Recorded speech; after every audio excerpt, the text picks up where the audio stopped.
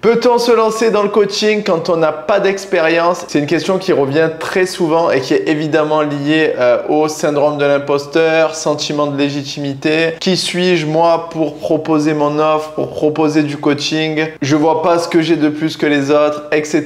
Toutes ces questions qui peuvent tourner dans votre tête si vous voulez vous lancer dans le coaching. Donc, on va parler de ça aujourd'hui. Restez bien accrochés. Et en fait, c'est un peu le serpent qui se mord la queue parce que comment voulez-vous accumuler de l'expérience si vous n'avez pas d'expérience? Ça me fait un peu penser à ces offres d'emploi qu'on voyait quand on était jeune en sortant de l'école où il y avait écrit « On cherche un junior qui a entre 5 et 10 ans d'expérience ». Et avec mes potes, on se disait « Mais en fait, je comprends pas. S'il cherche un junior, il cherche quelqu'un qui n'a pas d'expérience, donc quelqu'un qui sort de l'école. Comment tu veux qu'il sorte de l'école et en même temps qu'il ait 5 ou 10 ans d'expérience? C'est quoi alors un senior? C'est 95 ans d'expérience? À un moment, faut relativiser les choses. Bref, pour en revenir à ton expérience dans le coaching, ce que je veux que tu comprennes qui est très important, c'est même si tu penses que tu n'as pas d'expérience, en fait, tu as une vraie expérience. Et de quelle expérience je parle? Évidemment, c'est ton expérience de vie.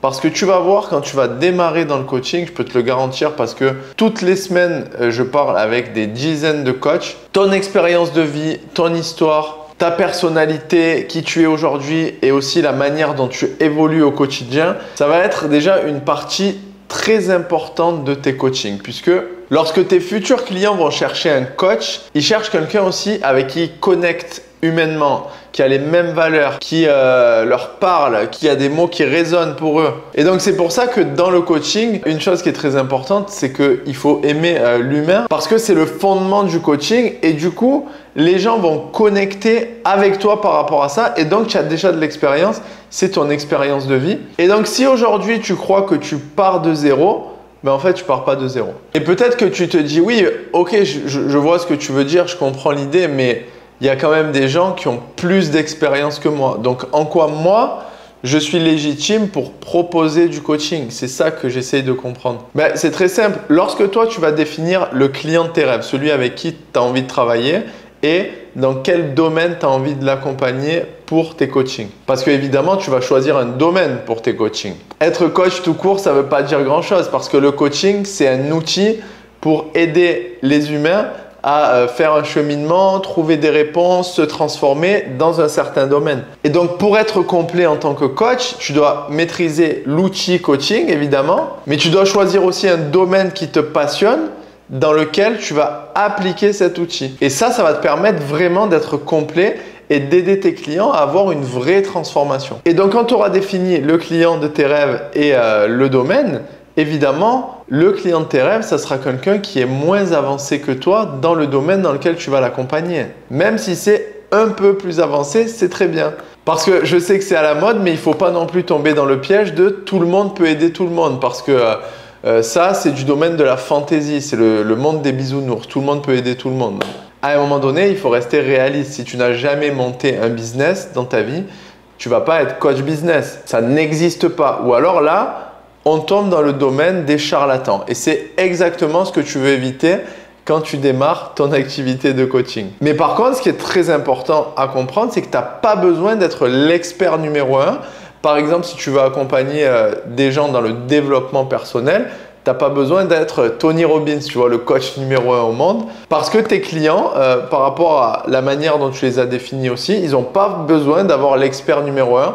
Ils ont besoin de quelqu'un qui les écoute, qui soit attentif, qui comprenne justement leur cheminement, leur questionnement et qui les aide à trouver leurs réponses. Donc pour aider quelqu'un, il suffit que tu aies un chapitre d'avance sur lui. Tu vois, tu n'as pas besoin d'avoir fini le livre, mais si tu en es au chapitre 4 et que lui, il en est au chapitre 3 ou au chapitre 2, bah, tu peux très bien l'aider sur le chapitre qu'il n'a pas encore lu.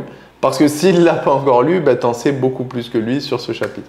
Donc la question que tu peux te poser, c'est quoi les expériences de vie, les cheminements de vie, les parcours de vie que tu as eu dans certains domaines dans lesquels tu es fier et dans lesquels tu penses que tu pourrais amener vraiment de la valeur à certaines personnes qui cherchent à avoir l'accomplissement que tu as eu dans ce domaine. Et il n'y a pas besoin que ça soit des accomplissements comme on voit sur Instagram du style gagner 1 million d'euros, avoir une Ferrari, faire des trucs qui sont mis en avant par la norme sociale. Ça peut être un truc qui est très modeste, mais qui toi t'a procuré du bonheur, un sentiment d'accomplissement et que d'autres gens veulent avoir. Et donc là, tu peux laisser parler ta créativité parce que les domaines dans lesquels on peut faire du coaching, ils sont vraiment infinis. J'ai tout vu.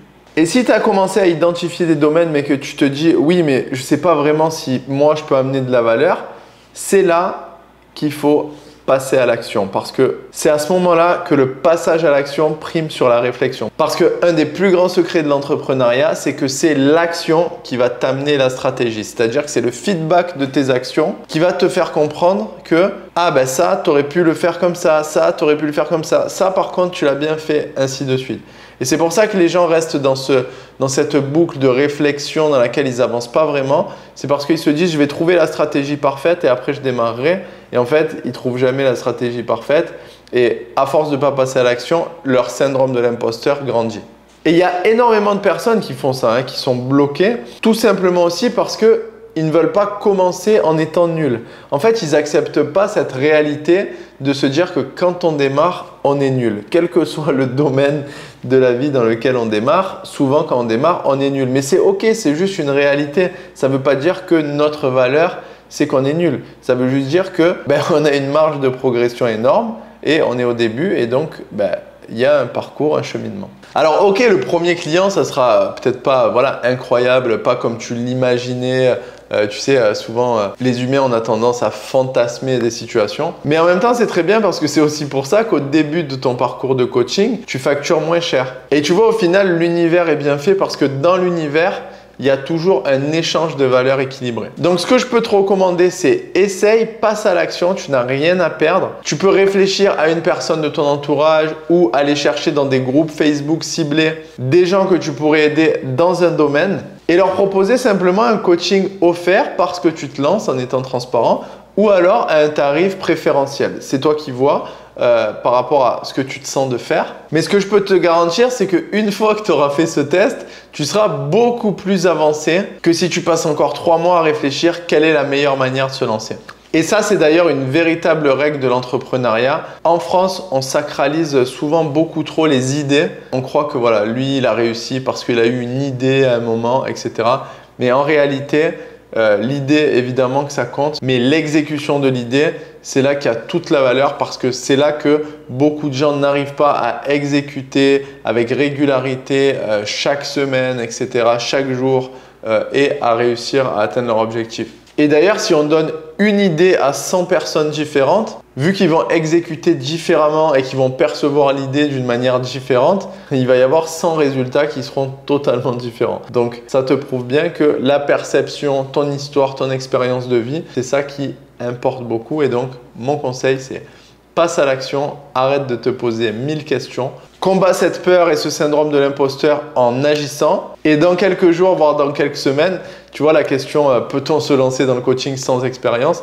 Tu pourrais déjà avoir une première expérience d'avoir fait un coaching offert ou un coaching à tarif préférentiel. J'espère que cette vidéo t'a aidé. Si c'est le cas, n'hésite pas à t'abonner, à mettre un like et à me mettre des questions en commentaire. Et moi, je te dis à très vite pour une prochaine vidéo.